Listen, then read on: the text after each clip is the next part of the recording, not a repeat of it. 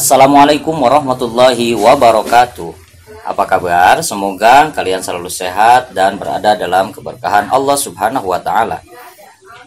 Alhamdulillah, pada video kali ini kita akan belajar pada pelajaran kelima di kelas 6 dengan materi keteladanan Rasulullah Shallallahu Alaihi Wasallam dan sahabatnya, dan submaterinya adalah kepemimpinan para sahabat Rasulullah Shallallahu Alaihi Wasallam. Sebelum kita memulai pelajaran kita, mari kita awali belajar dengan membaca Bismillah bersama-sama. Bismillahirrahmanirrahim. Adapun tujuan pembelajaran kita kali ini adalah setelah kalian menyimak video ini, kalian diharapkan memahami kisah sahabat Abu Bakar radhiyallahu an dan sahabat Umar bin Khattab radhiyallahu an. Yang kedua, menjelaskan kisah sahabat Abu Bakar radhiyallahu an dan sahabat Umar bin Khattab radhiyallahu an. Dan yang terakhir, kalian dapat mengambil pelajaran atau hikmah keteladanan dari kisah sahabat Abu Bakar radhiyallahu an dan Umar bin Khattab radhiyallahu an. Kepemimpinan Abu Bakar radhiyallahu anhu.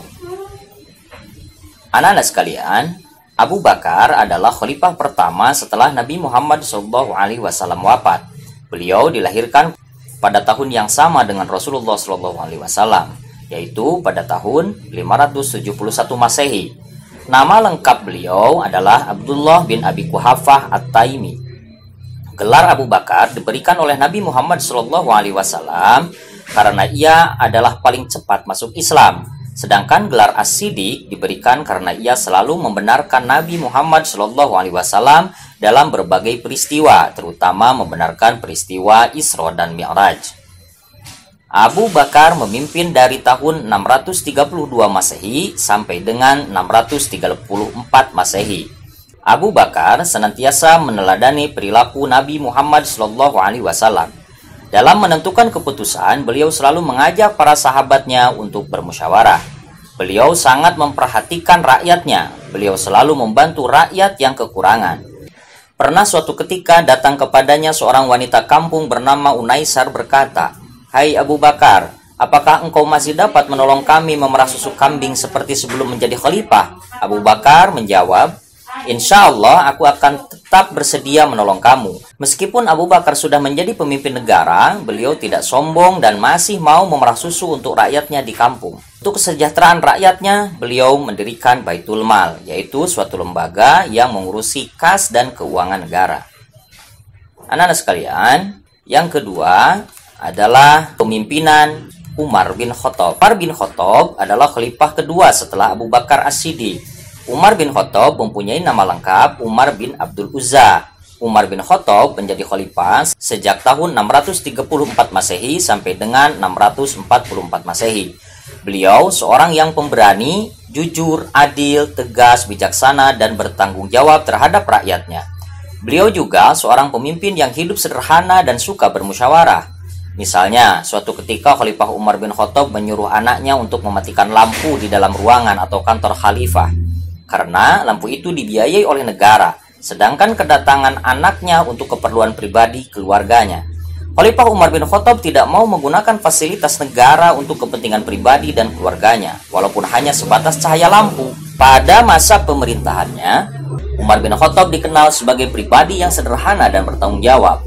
Sebagai contoh, sikap tanggung jawab yang diperlihatkan Umar bin Khattab, yaitu pernah suatu saat beliau berkata ketika ia melihat kondisi jalan yang rusak, "Aku akan segera memperbaiki jalan itu, sebab aku takut diminta pertanggungjawaban di hadapan Allah Subhanahu wa Ta'ala nanti, hanya karena ada seekor unta yang terjungkal."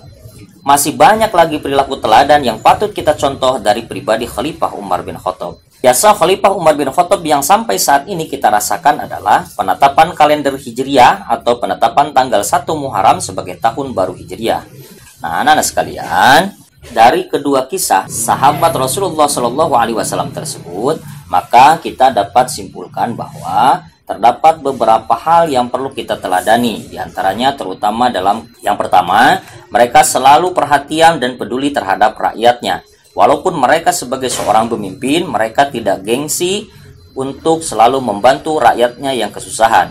Yang kedua, mereka selalu berlaku adil dan juga selalu berlaku jujur dalam segala hal.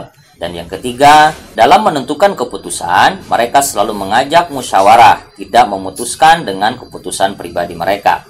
Bahkan Umar bin Khattab tidak berani menggunakan fasilitas negara untuk kepentingan pribadi dan keluarganya. Hal itu merupakan suatu hal yang perlu diteladani ketika kita menjadi seorang pemimpin. Nah, anak-anak sekalian, sebelum kita mengakhiri pembelajaran kita, mari kita jawab pertanyaan-pertanyaan berikut ini. Yang pertama, kenapa Rasulullah Shallallahu Alaihi Wasallam memberikan gelar as-siddiq kepada Abu Bakar radhiyallahu an? Yang kedua, tuliskan keteladanan dari sahabat Abu Bakar radhiyallahu an. Yang ketiga, bagaimana kepemimpinan dari sahabat Umar bin Khattab radhiyallahu an? Dan yang keempat, silahkan kalian tuliskan keteladanan dari sahabat Umar bin Khattab radhiyallahu an. Demikianlah pembelajaran kita kali ini, semoga bermanfaat. Mari kita akhiri pembelajaran kita dengan membaca Alhamdulillah bersama-sama. Alhamdulillahirabbil alamin. Wassalamualaikum warahmatullahi wabarakatuh.